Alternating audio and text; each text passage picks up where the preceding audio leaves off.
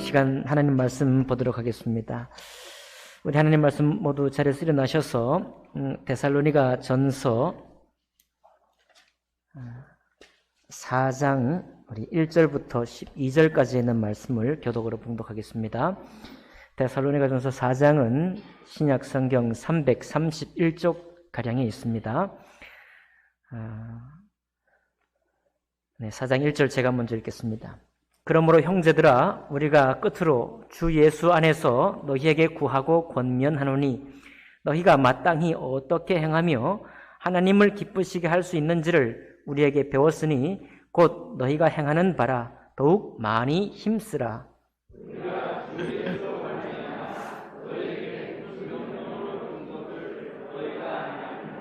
하나님의 뜻은 이것이니 너희의 거룩함이라. 곧 음란을 버리고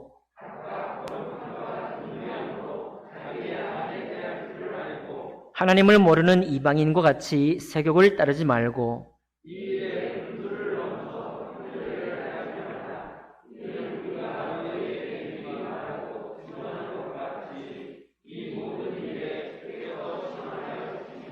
하나님이 우리를 부르심은 부정하게 하심이 아니요 거룩하게 하심이니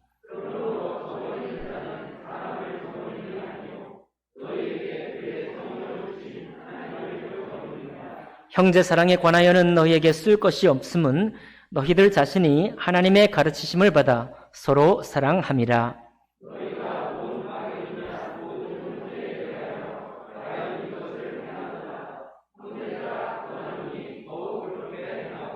또 너희에게 명한 것 같이 조용히 자기 일을 하고 너희 손으로 일하기를 힘쓰라. 이는 외인에 대하여 단정히 행하고 또한 아무 궁핍함이 없게 하려 함이라. 아멘. 말씀과 예배를 위해 기도합니다. 존귀하신 하나님 아버지, 주님의 거룩하심을 오늘 저희들에게 입혀주시고 부어주셔서 이 땅에 사는 날 동안 주님께서 우리에게 명하시고 또 권면하신 그 길을 따라 살기를 원합니다. 하나님 아버지, 그 길을 밝히 보여주시고 또 분명하게 우리 마음에 새길 수 있도록 인도해 주옵소서. 하나님 아버지, 우리가 거룩하게 되는 일이 또한 그렇게 변화되는 우리 자신이 한편으로 볼 때 얼마나 대견하고 갸륵한지 주님 보실 때 더욱 기뻐하실 줄 압니다. 아버지, 한순간이라도 이 거룩함을 무너뜨리는 일이 없도록 하나님 인도해 주시기를 원합니다. 주님께서 우리를 기뻐 받으시고 오늘 예배를 통해서도 복 주실 것을 믿고 감사드리며 귀하신 우리 주 예수님 이름으로 기도하옵나이다. 아멘. 네, 자리에 앉으시겠습니다. 오늘 읽은 말씀을 본문으로 해서 하나님의 뜻은 거룩함입니다 라는 제목으로 말씀 나누겠습니다. 우리 사람들 사이에는 눈에 보이지 않는 어떤 선이 있습니다. 눈에 보이지 않는 선. 이 눈에 보이지 않는 선을 잘 지켜 행하면 우리가 서로 더 아름답고 좋은 관계를 맺을 수 있고, 그 눈에 보이지 않는 선을 침범하거나 또 위법하게 되면은 우리가 흔히 도덕이라고 말하지만 이 도덕이라는 것이 양심에 따라서 굉장히 예민한 것인데 그것이 상처를 입게 되고 또 서로가 서로에게 어려운 어떤 일들, 어려운 장면을 연출하게 되는 것입니다. 이 거룩하다는 말은 카도시 혹은 코데시라는 것인데 이것은 분리하다, 구분하다, 구별하다라는 그런 동사에서 나왔습니다. 그러니까 이것을 또 좀 더 이제 끌고 나가면 내면의 어떤 속된 인간성이나 어떤 정욕에서부터 벗어나 있는 상태를 말한다고 이렇게 볼 수도 있어요. 우리는 마음으로 애정하고 또 귀하게 보던 유명 연예인이 이런 성적인 부분에서 어떤 우를 범하게 되면 실망을 하게 되죠. 더더구나 거룩한 사람이라고 인정받던 사람이 성적으로 타락한 사실이 밝혀지게 된다면 우리는 아주 실망을 많이 합니다.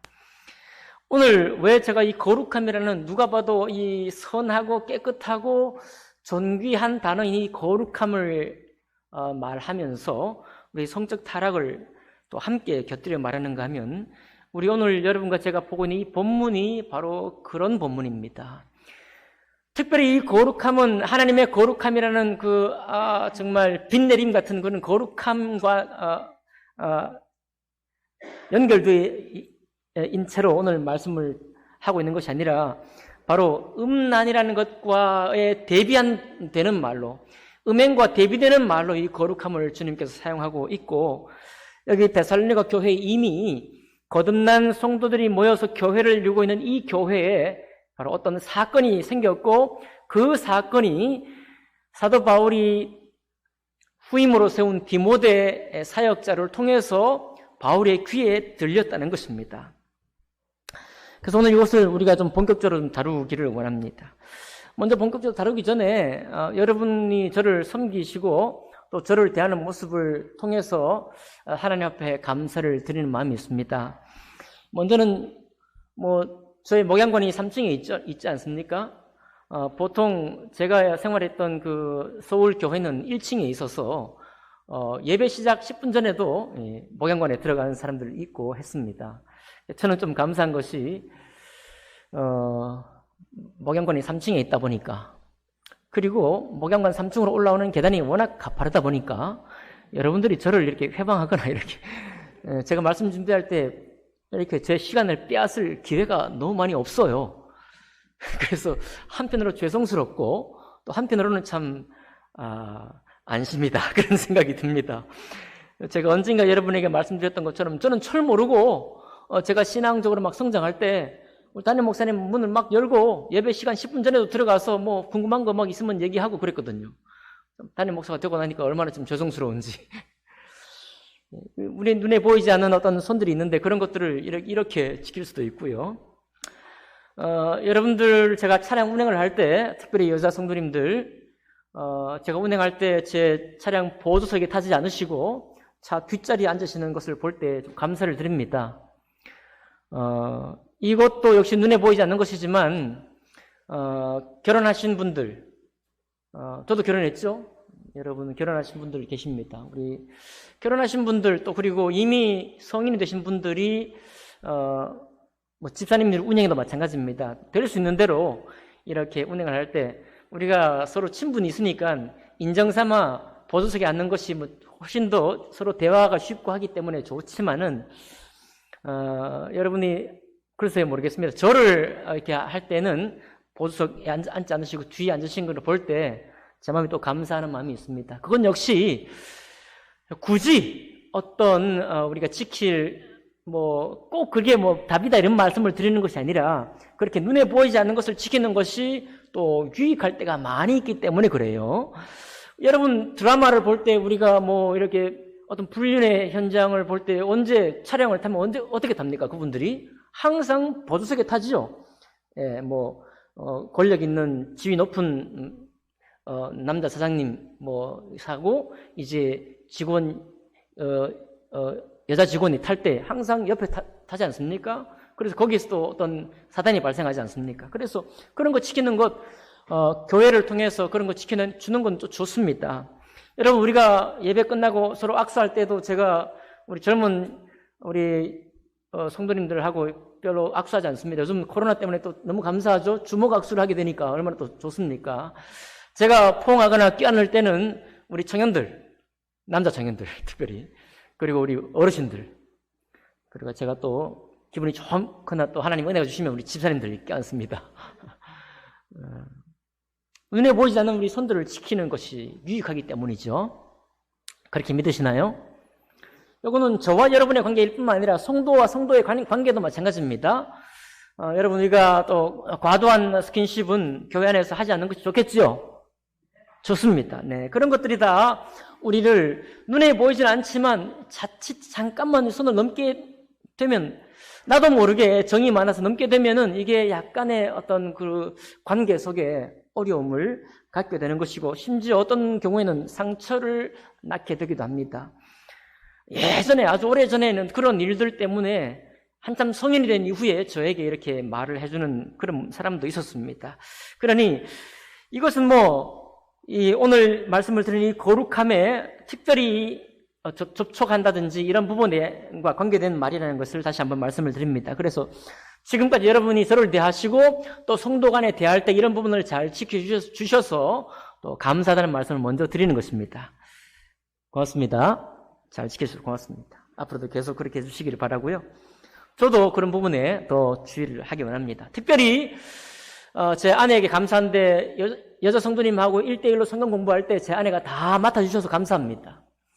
제가 청년 때 청년들 여자 자매를 이렇게 가르칠 때가 있었는데 저희 집에 와서 제 아내가 있고 저희 집에 와서 가르칠 때가 있었습니다. 그럴 때도 방문을 닫고 가르치게 되면 올바르지 않습니다. 방문을 열고 제 아내가 항상 같이 있는 과정에서 거실에 있든지 어디 있는 데에서 방문을 열고 교제하는 것. 그러나 그것조차도 하지 않을 수 있으면 안 하는 게 좋죠. 제 아내가 전적으로 그것을 수고해주고 다 맡아주니까 저는 너무나 자유롭습니다.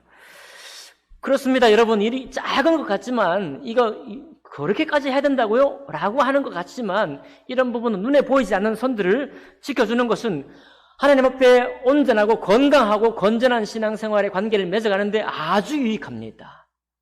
계속해서 그렇게 할 수 있기를 바랍니다. 좋습니다. 신약 성경에는 이 음란이라는 단어는 26번 등장합니다. 신약 성경엔 여러분 많지 않죠? 네, 짧습니다. 많지 않은데 26번이나 등장하고 그 외에 다른 단어들, 즉 간음하는 자, 음녀, 음행하는 자라는 말까지 다 합치면은 57번이나 나와요. 이게 다 헬라어의 같은 어근입니다. 포르뇨, 포르네이아, 포르네, 포르노스, 엑포르뇨 같은 말들이에요. 성경에는 이것 외에 부정적인 뜻을 가진 말도 많지 않습니까? 시기나 질투 이런 것도 많은데도 불구하고 이 성적 부도덕과 관련된 것이 월등히 많이 나와요. 여러분, 레위기서 18장에는 이 성적인 부도덕을 경계하는 말들이 많이 나옵니다. 근친상간부터 시작해가지고 여러 가지, 여러분 제가 여기 이 강단에서 일일이 말씀드리기가 버거울 만큼이나 그런 이야기들이 적나라하게 적혀 있습니다. 레위기 18장에 여러분 집에 가서 한번 살펴보시기 바랍니다. 레위기 19장에는 사회적인 관계, 경제적인 관계, 인간관계를 통해서 거룩함을 지킬 것에 대해서 말합니다. 어떻게 해요? 정직하게 행할 것, 도둑질하지 말 것, 남의 것을 탐하지 말 것 등등에 대해서 레위기 19장에 나와요. 민법과 사회법 속에서도 구별될 것에 대해서 하나님이 말씀하고 있습니다. 그래서 누군가가 이렇게 말했어요. 왜 유대인들이 이 나라가, 이스라엘 나라가 멸망하지 않는가? 제가 우리 교회에서 들었는지 우리 목사님들에게서 들었는지 최근에 한번 들은 얘기입니다. 뭐라고 그 답을 말하는가 하면 유대 사회에서는 다 허물어져서 무엇을 잘 지켰느냐? 이 성적인 부도덕에 대해서는 잘 지켰다라고 얘기를 한다고 해요.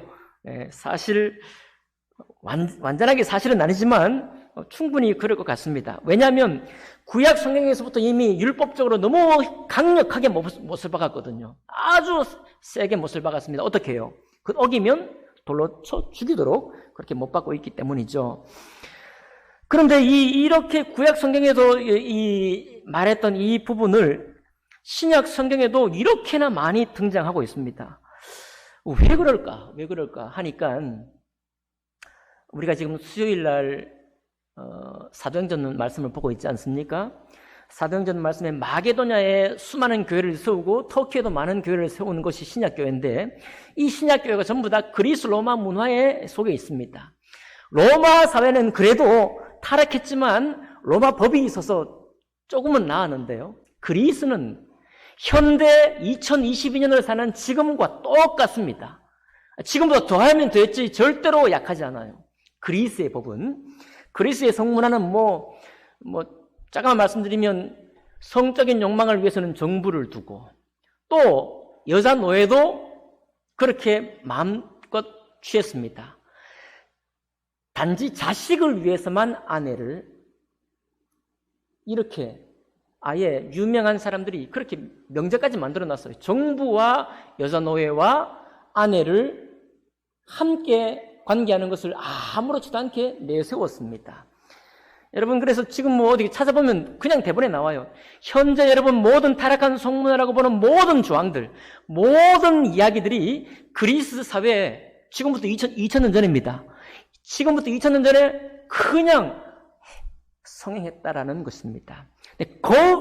바로 그 지역에 교회가 세워진 거예요. 사도 바울이 아테네에 들어가고 데살로니가에 들어가고 고린도에 들어가고 아테네에 들어가고 로마에 들어갔잖아요. 그렇죠? 그러니까 특별히 이 데살로니가 교회는 이번 주 수요일에도 보겠지만 사도 바울이 들어가서 복음을 전하고 초기 개척 멤버들이 만들어진 이후에 얼마 있지를 못했습니다. 유대인들이 얼마나 반대를 심한지 바울이 거의 쫓겨나다시피 쫓겨났어요. 그러니까 하나님의 이 말씀으로 권면했던 시간이 많지 않습니다. 복음으로 성령 안에서 거듭났지만은 윤리적인 행실, 도덕적인 행실, 사람들 사이에 눈에 보이지 않는 이것들을 어떻게 지킬 것인지에 대해서 충분히 교훈할 시간이 많지 않았다는 것입니다. 그렇기 때문에 오늘 어떻습니까? 4장 6절에도 보면요, 금방 넘어가 보면 이 일의 분수를 넘어서 형제를 해하지 말라. 너무나 그 사회에서 다른 여인과 관계하거나 이런 부분을 너무나 개방해놨기 때문에 어떻습니까? 그런 사건이 이미 교회 안에서 발생했고 형제를 해하기까지 했다는 겁니다. 이미 교회 공동체 안에서 형제를 해하는 일까지 벌어졌다는 거예요. 이게 얼마나 우리 생각할 때, 우리 성포 성도침례교회 우리 성도님들이 생각할 때 얼마나 부끄러운 일입니까? 심지어 우리는 거룩한 사람이라고 하는 사람들이 성적인 부도덕을 행하는 것을 보면 정말 고개를 들 수 없고, 왜 그런 일을 행했는가? 어떻게 그런 일이 이렇게 자주 들리고 끊이지 않고 들리는가라는 생각을 하게 되기까지 합니다. 그러나 여러분, 오늘 이 말씀을 통해서 우리가 경계를 해야 합니다.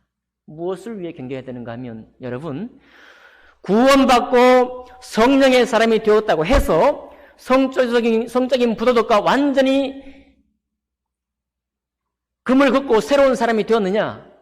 아니라는 겁니다. 따로 놀 수 있다는 거예요. 여러분, 분명히 직시해야 됩니다. 내가 구원받고 거룩한 하나님의 사람이 되었다고 하더라도 성적인 부도덕과 완전히 이걸 범하지 않을 만큼 그렇게 완전히 분리된 사람이 된 것인가? 아니라는 거예요. 이거는 우리가 힘써 지키지 않으면 안 된다는 것입니다. 이 일의 분수를 넘어 형제를 하지 말라. 뭐라고 그랬습니까? 3절 보니까 하나님의 뜻은 이것이니 너희의 거룩함이라 곧 음란을 버리고 그랬습니다. 무슨 말이에요? 여러분, 신약 성경에 하나님의 뜻이다 두 군데 딱 나옵니다. 데살로니가 다른 말이 뭐라고 돼 있어요? 항상 기뻐하라, 이것은 너희를 향하신 하나님의 뜻이니라 나와 있고요. 그 두 번째가 여기 나옵니다. 하나님의 뜻은 이것이니 너희의 거룩함이라. 하나님의 뜻이 거룩함이라. 여러분, 하나님의 모든 말씀이 하나님의 뜻입니다. 믿으시죠? 우리가 하나님의 말씀을 묵상하고 정말 삶의 다른 말씀, 이런 말씀, 저런 말씀을 통해서 하나님의 뜻을 배우고 실천하려고 애를 씁니다. 그런데 오늘 사도 바울이 하나님의 뜻은 이것이라고 확정해서 말하고 있는데 너희의 거룩함이나 곧 음란을 버리고 라고 말하고 있는 거예요. 그만큼 지금 데살로니가 교회 형편이 지금 이 교훈을 충분히 전해서 지키도록 권하지 않는다고 한다면 독버섯처럼 자랄 수 있는 환경이라는 것을 말해주고 있는 것입니다. 그리고 4절 보니까 뭐라고 하고 있어요? 각각 거룩함과 존귀함으로 자기의 아내 대할 줄 알고. 자기의 아내 이외에는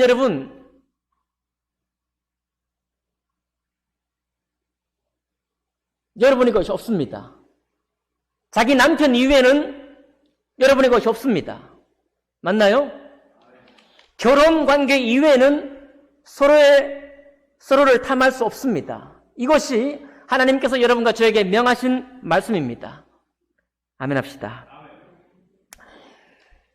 각각 거룩함과 존귀함으로 자기 안에 대할 줄 알고. 5절, 하나님을 모르는 이방인과 같이 세욕을 따르지 말고. 뭐 있다는 거예요? 지금 데살로니가 성도 가운데 자기의 아내를 넘어서서 다른 형제의 아내를, 혹은 사회적으로는 영인됐다고 할지라도 다른 여인을 탐하는 일들이 있다는 것입니다.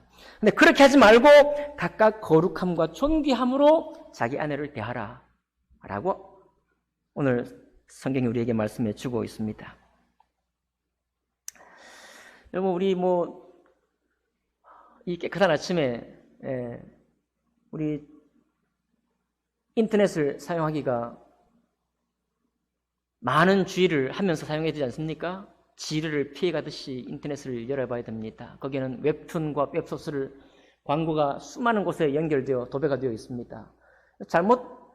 젊은 호기심으로 잘못 접속을 했다가는 관심 영역과 관련 사항을 계속 제공해주는 빅데이터에 엄청 시달릴 거예요. 그렇죠? 그러니까 지뢰를 피하듯이 인터넷 정보를 확인해야 됩니다. 근데 그 모든 정보가 다 레위기 18장에 나와 있는 정보들이에요. 확인해 보시기 바랍니다. 모든 정보들이 다 그래요. 이것이 오늘날 너무나 일반적이고 또 이 거르는 장치 필터링이 되지 않고 이 사회에 넘치다 보니까 또 포스트 모던 사회에 모든 권위가 사라지고 모든 금기가 사라지고 어떤 것도 할 수 있다라고 하는 이런 세태를 타고 너무나 널리 이루어지다 보니까 이 부분에 대한 명확한 교훈이 필요합니다. 분명한 경계가 필요한 거예요. 어디처럼 말입니까? 오늘 데살로니가 교회처럼 말입니다. 주님께서 오늘 더욱 강하게 말씀하십니다. 뭐라고 하시나요? 7절 보실까요? 7절 같이 한번 읽어보시겠습니다. 시작. 하나님이 우리를 부르심은 부정하게 하심이 아니요 거룩하게 하심이니. 우리를 구원하셔서 우리를 불러 하나님의 자녀로 삼으신 것은 거룩한 삶을 위해서 우리를 부르신 것이지 뭘 위해 부른 게 아니다? 부정하게 하는 것이 아니다. 곧 다른 것들은 부정하다는 것입니다. 음란이며 음행이며 색을 쫓는 것들은 부정하게 하는 것이라는 말이에요. 8절은 더욱 강력하게 못 박습니다. 같이 읽어봅시다. 시작. 그러므로 저버리는 자는 사람을 저버림이 아니요 너희에게 그의 성령을 주신 하나님을 저버림이니라. 여러분, 세상에 용서받지 못할 죄가 있는데 모든 것은 용서받을 수 있지만 성령을 회방하는 죄는 용서받을 수 없다라고 말씀했죠. 그런데 그것과 거의 거기에 준하는 만큼의 말씀을 주고 있습니다. 용서받을 수 없다고 하진 않았지만은 8절에 보니까 저버리는 자, 곧 부정하게 하지 말라는 이 말씀을 저버리는 사람은 단지 사람을 저버린 게 아니에요. 나의 사랑하는 아내와 나의 사랑하는 남편을 저버리는 게 아닌 것입니다. 무엇을 저버린 것이냐? 우리에게 그의 성령 거룩한 영을 주신 하나님을 저버리는 일이다 라고 말하고 있습니다. 아멘입니까? 하나님을 저버리는 일이에요, 여러분. 하나님께서 은혜로 허락하시고 귀하게 여기신 아내와 남편을 존중하면서 사랑하는 이것을 넘어서서 그 선을 넘어서서 다른 일을 탐하거나 다른 것을 취하는 사람은 하나님을 저버리는 것이다라고 강력하게 도전하고 있습니다. 강력하게 선포하고 있는 거예요. 그리스 문화에 젖어 있던 데살로니가 교회 성도들에게 이 말씀은 너무나 충격적인 말씀이었을 것입니다. 우리나라의 문화로 보면 어떤 것과 같은가 하면 술에 관대했던 문화 아닙니까? 우리 술 취하지 말라. 술 취하는 것은 하나님을 저버리는 것이다 라고 아마 일제시대 때나 이제 정말 우리 부모님들 세대에 희망이 보이지 않아서 술에 의지할 수밖에 없었던 그런 분들에게 술 취하지 말라고 명령했던 것과 거의 같은 정도의 말씀이라고 생각이 듭니다. 아직도 여전히 우리나라 술에 대해 관대하지 않습니까? 네. 음주운전에 대해서 외국만큼 처벌이 강하지 않습니다. 당연히 그럴 수 있는 걸로 이렇게 막 생각하고 있는데요. 성적인 부도덕에 대해서 오늘 주님께서는 우리에게 말씀하기 원합니다. 근데 특별히 이 사람들이 정말 나쁜 사람들이냐? 그게 아니에요. 9절부터 12절 보면 이분들이 정말 은혜로운 사람들입니다. 9절 보니까요. 형제의 사랑에 관하여는 너희에게 쓸 것이 없음은 너희들 자신이 하나님의 가르침을 받아 서로 사랑함이라. 이 데살로니가 교회 가운데 이런 문화와 이런 사람이 있음에도 불구하고 이 교회에 형제를 사랑하고 돌아보고 또 서로 섬기는 것이 더 권면할 것도 없다는 겁니다. 이만큼 이 교회가 사랑으로 좋다는 거예요. 놀라운 생각이 들지 않습니까? 이렇게 형제 사랑, 자매 사랑이 좋은 곳인데, 좋은 교회인데, 더 이상 가르칠 것도 없는 교회인데도 불구하고 성적인 부도덕이 발생할 수 있다는 사실을 여러분 기억하셔야 합니다. 거의 별개라는 거예요. 별개라는 것입니다. 아까 시작할 때 눈에 보이지 않는 선이라고 말씀드렸는데요. 눈에 보이지 않는 선이기 때문에 우리도 쉽게 우리 마음에 틈타기도 하고 왔다 갔다 하기도 합니다. 그렇죠? 예. 이 정욕이라는 것은요, 우리에게 무방비 상태로 훅 치고 들어올 수도 있습니다. 네. 왜 그런 것을 틈타는 조건과 환경을 우리가 쉽게 허락하면 할수록 그런 것은 틈탈 수 있는 거예요. 그러니 이것은 예민한 것입니다. 이것은 주의를 기울여야 되는 것이에요. 이것은 여러분, 눈에 보이지 않지만 그 선이 분명하다는 사실을 계속 우리의 실천 속에서, 행동 속에서 서로를 지켜내야 하는 그런 일들인 것입니다. 우리의 신앙생활 가운데서 사소한 것이라도 이런 것을 잘 지킬 수 있기를 주의 이름으로 오늘 말씀을 힘입어서 권면드립니다. 그런데요, 이렇게 이런 성적 부도덕 가운데 수리를 지키는 것도 거룩입니다. 그죠? 두 번째 거룩의 단계를 좀 살펴보도록 하겠습니다. 아까 거룩이 뭐냐면 구별되는 것이라고 말씀드렸죠. 우리의 인간됨에서부터 구별되기 된다고 말씀드렸습니다. 그래서 어떤 정말 신앙적으로 정말 하나님을 사랑하는 사람은요, 정말 성적인 것뿐만 아니라 구별되기를 사모하는 사람이 있습니다. 그래서요, 자기의 인간성을 정말 가까이 하지 않으려고 때로는 자기 욕망조차 벗겨내기 위해서 애를 쓰는 사람이 있어요. 오스왈드 챔버스는 주님은 나의 최고봉이라는 책에서 이렇게 말했습니다. 거룩이라는 장에서 이렇게 말하고 있어요. 거룩의 과정에 있어서 하나님의 영은 나 자신밖에는 아무것도 남은 것이 없을 때까지 벗겨내십니다. 그리고 나 자신은 죽음의 장소에 곧 이르게 됩니다. 당신은 기꺼이 친구도 부모도 형제도 자기 유익도 구할 수 없는 단지 죽음만이 기다리는 나 자신이 될 수 있습니까? 이것이 거룩의 조건입니다. 이 지점이 바로 거룩의 싸움이 시작되는 곳이요, 우리 중 대부분이 실패하는 곳입니다. 즉, 이 지점에서 예수님의 죽음과 함께 하나가 되기를 우리가 원하면서도 거절한다는 것입니다. 그리고 나의 인생은 하나님과 하나가 되고 싶은 간절함 외에는 다른 모든 것으로부터 철저하게 자유하게 될 것입니다라고 쓰고 있어요. 여러분, 신앙의 위대한 성인의 반열에 있는 사람들, 수도자의 삶을 사는 사람들, 혼인하지 않고 수도원에 들어가서 하나님과 함께 교제하며 8시간 동안 말씀 묵상하고 8시간 동안 노동하고 8시간 동안 잠을 자고 기도하면서 하나님과 연합되기를 꿈꾸었던 위인들이 많이 있습니다. 이 사람들이 추구했던 바가 뭐냐면 바로 정반대로 이 모든 부정하면서부터 인간의 속됨에서부터 우리를 깨끗이 씻고 또 씻어서 하나님의 거룩함과 온전히 하나가 되고 싶다고 했습니다. 그런 소망을 가지고 사는 사람들이 또 신앙의 위인들 가운데 많이 있는 거예요. 우리가 소위 가톨릭의 전통이라고 하죠. 그러나 우리 기독교라고 해서 이런 전통이 없는 게 아닙니다.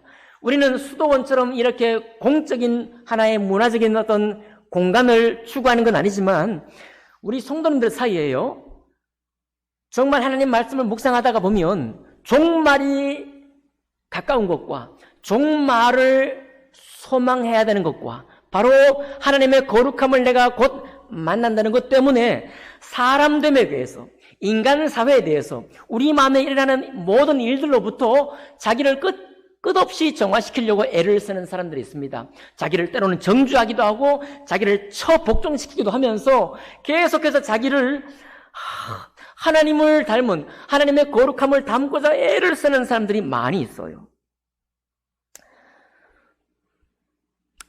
저는 이분들의 노력이 가상하다고 생각하고요.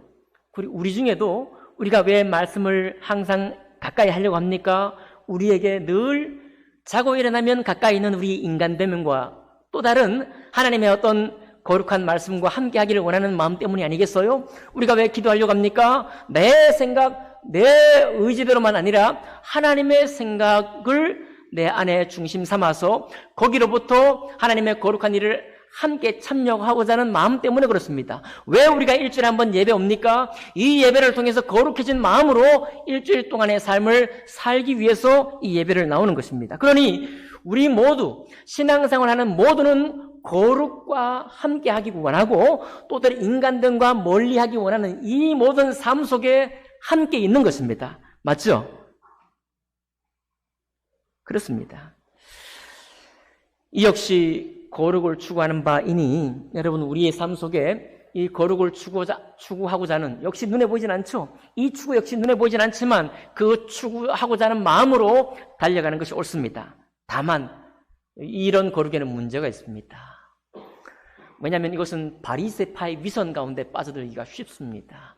이것은 자기를 처복종하는 것 좋지만 자기를 처복종하는 것 가지고 다른 사람을 정죄하기에 발빠르기 쉽습니다. 다른 사람의 그 거룩지 못한 혹은 좀 더 새롭게 되지 못한 삶을 정죄하거나 비난하는 일에 속히 빠져듭니다.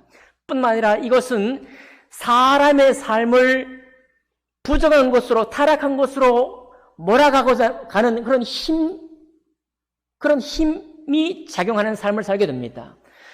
오히려 나의 보살핌이 필요하고 함께하는 연대가 필요하고 함께 정말 손을 맞잡고 이겨나가야 할 사람의 삶을 너무 부정하게 보는 거예요. 너무 더러운 것으로 여길 수 있습니다. 오직 천상의 삶만을 거룩하다 여기고 이 땅의 삶은 전체적으로 다 속된 것으로 간주하는 경향이 있어요.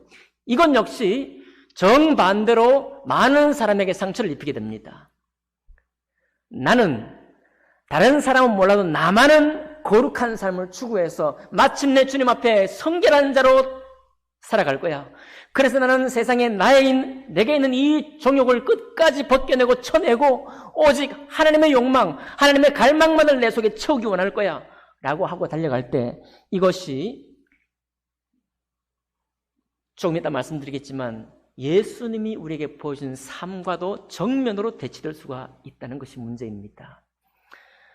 여러분, 여러분과 제가 알고 있는 어떤 사람들 중에요, 이단에 빠지는 사람들이나 또 극단적인 선교를 추구하는 삶을 스스로 원해서 그런 삶을 사는 사람들이 종종 우리 곁에 있습니다. 출발은 좋았습니다. 그러나 이것은 주님께서 여러분과 저에게 용납하신 그런 길이 아닐 수가 있습니다.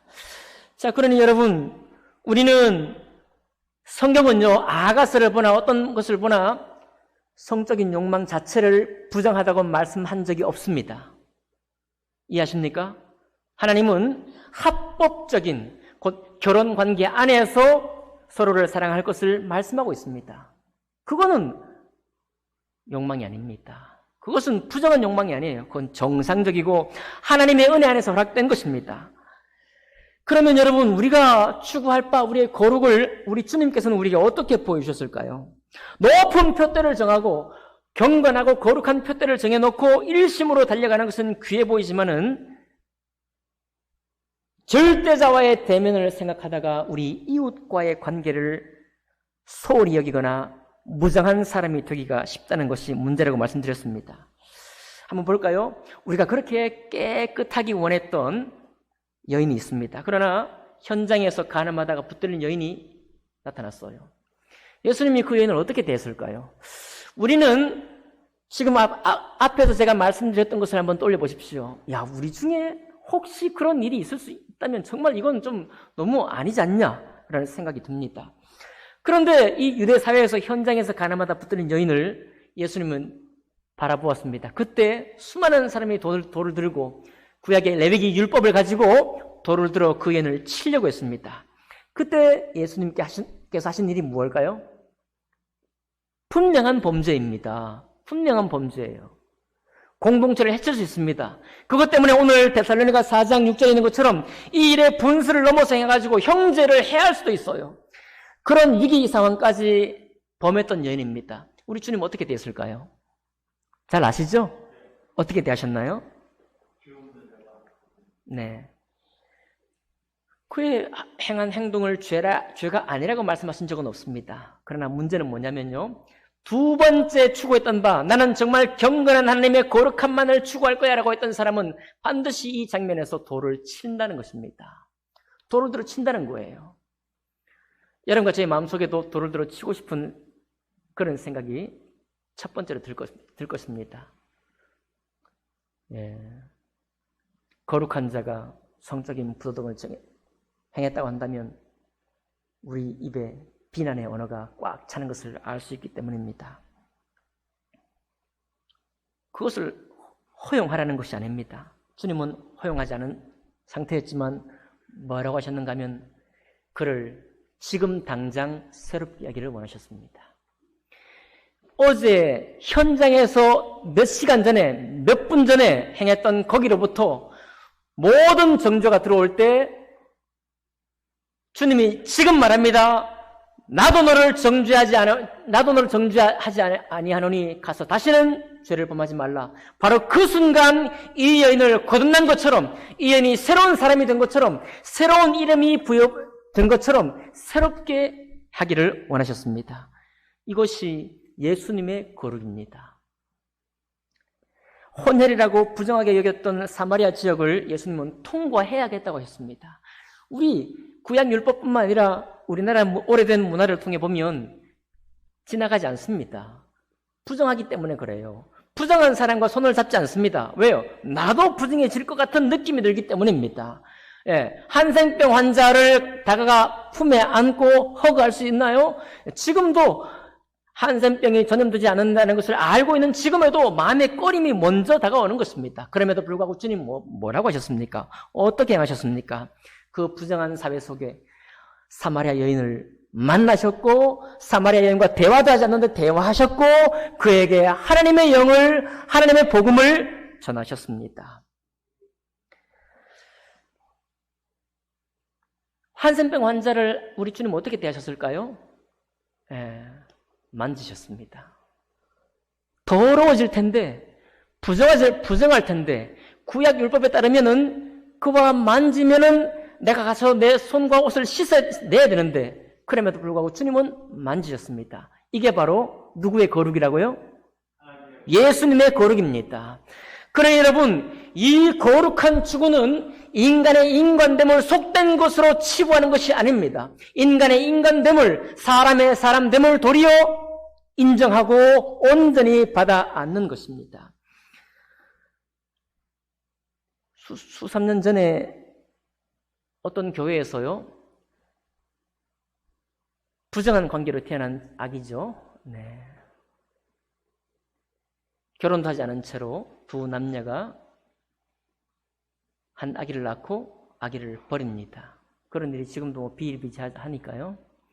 그 버린 아기를 태어난 생명이라 여기고 돌보기 위해서 그 교회는 베이비 박스를 교회 입구에다 마련해 놓았습니다.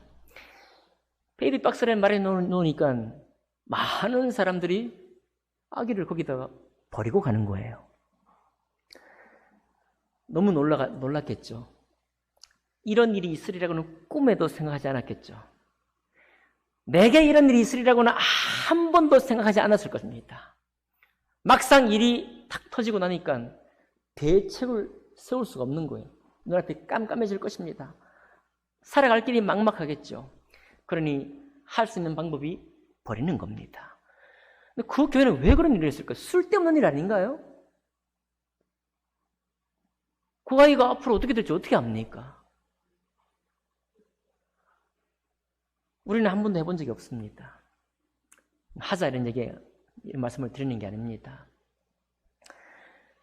우리는 너무나 혈통이나 출생이나 또 과거 전력이나 이런 것들을 굉장히 많이 생각하는 사람들입니다. 그런데 그 교회의 베이비박스는 그 이전에 있었던 일을 묻지 않았습니다. 이 아이의 부모가 누군지 묻지도 않았습니다. 그리고 태어난 생명을 귀하게 여겼습니다. 그리고 그 베이비박스를 통해서 다시 새로운 삶을 사는 생명을 얻게 된 아기들이 제법 있겠죠. 아마 큰 사고가 있지 않은 한 그 교회 베이비박스는 계속 운영이 될 것 같습니다. 무엇을 말씀드리기 원합니까? 여러분, 기초적이고 1차적인 것, 성적인 부도덕으로부터 우리 자신을 지켰다. 잘하셨습니다. 앞으로도 계속 지킬 수 있기를 바랍니다. 아멘이죠? 또한 여러분, 거룩한 삶을 추구하는 것, 말씀을 가까이 하기 원하고, 기도하기 원하고, 또 전도하기 원하고, 또 어떻게 하든지 내 내면 속에서 주님이 말씀하시는 각양의 영역에 각양의 말씀을 통해서 나를 새롭게 하기를 원하는 것, 그 거룩한 추구, 여러분 잘하는 것입니다. 그러나 그 우리의 신앙의 표대, 이 거룩함의 표대가 어디까지 가기를 원하는가 하면 여러분 주님께서 당신이 거룩하셨으면서도 부정한 가운데 있었던 사람들을 찾아가 만나고 그에게 복음을 전하고 그를 새롭게 하는 일을 전혀 꺼리끼지 않았던 것처럼 여러분과 저도 그런 표대, 그런 거룩함의 표대를 가질 수 있기를 원합니다. 끝으로 이 말씀 드립니다. 이스라엘 백성은 광야에 성막을 세웠습니다. 성막을 세울 때 바깥 뜰이 있죠. 바깥 이 천으로 막은 장막이 있습니다. 되게 말도 안 되는 거예요. 그 광야에 이동하면 또 새로 쳐야 되는데 거기에 바깥 뜰에 천을 하나 친 걸로 거룩한 장소가 된 거예요. 그 속에 성소와 지성소를 세우고 성소와 지성소 사이도 휘장으로 갈라놓았습니다. 휘장, 천입니다. 광야 땅 위에 천 하나 갈라놓은 거예요. 천 하나 갈라놓았지만 성소와 지극히 거룩한 곳을 구별하는 장치가 되었습니다. 여러분, 우리의 삶은 눈에 보이지 않는 선이 있다고 했습니다. 우리도요, 휘장을 어떻게 치느냐에 따라서 우리도 구별됩니다. 사람은 다 똑같아요. 맞습니까? 사람의 성정은 다 똑같습니다. 그러니 우리는 이 사회 속에 살면서 수많은 침범을 받습니다. 수많은 격동을 받고 마음에 충격도 옵니다. 마음의 충동질을 당해요. 사람은 다 똑같기 때문에 그렇습니다. 그러나 다른 게 있는데 뭔지 아십니까? 우리가 휘장을 어디다 치느냐가 다른 것입니다. 사람은 다 똑같다고 똑같은 것이 아닙니다. 내가 어디에 휘장을 치느냐, 어떻게 휘장을 치기 원하느냐에 따라서 우리는 구별되기도 하고 구별되지 않기도 합니다. 예수님의 휘장을, 예수님 거룩함의 휘장을 함께 쳐보지 않겠습니까? 좀 더 많은 신앙의 섬김이 필요하겠죠? 좀 더 많은 거룩의 추구가 필요하겠죠? 예수님은 하늘 보좌를 버리시고 이 땅에 오신 것이 아니라 이 땅에 오실 뿐만 아니라 사람의 종이 되셨습니다. 그러고도 지존하신 당신의 성품을 변화시키지 않으셨어요. 맞나요? 그 지존하신 당신의 성품을 사람의 종이 되어서, 그것도 한센병 환자, 가늠한 여인, 그 사회적으로 불결하다고 하는 사람들을 그 밑에 종이 되셔서 그들을 거룩함 가운데로 인도하기 원하셨던 우리 예수님이십니다. 주님은 여러분과 제가 다 그렇게 되기를 원하십니다. 그와 같은 믿음의 거룩을 취하기를 원하십니다. 너무 높은 도전 아닌가요? 너무나 장렬한 도전 아닌가요? 너무 참 우리 인생의 끝까지 행해야 될 것 같은 그런 도전 아닙니까? 그런 거룩을 품고 사시는 여러분과 제가 되기를 주님 이름으로 축복합니다. 기도하겠습니다.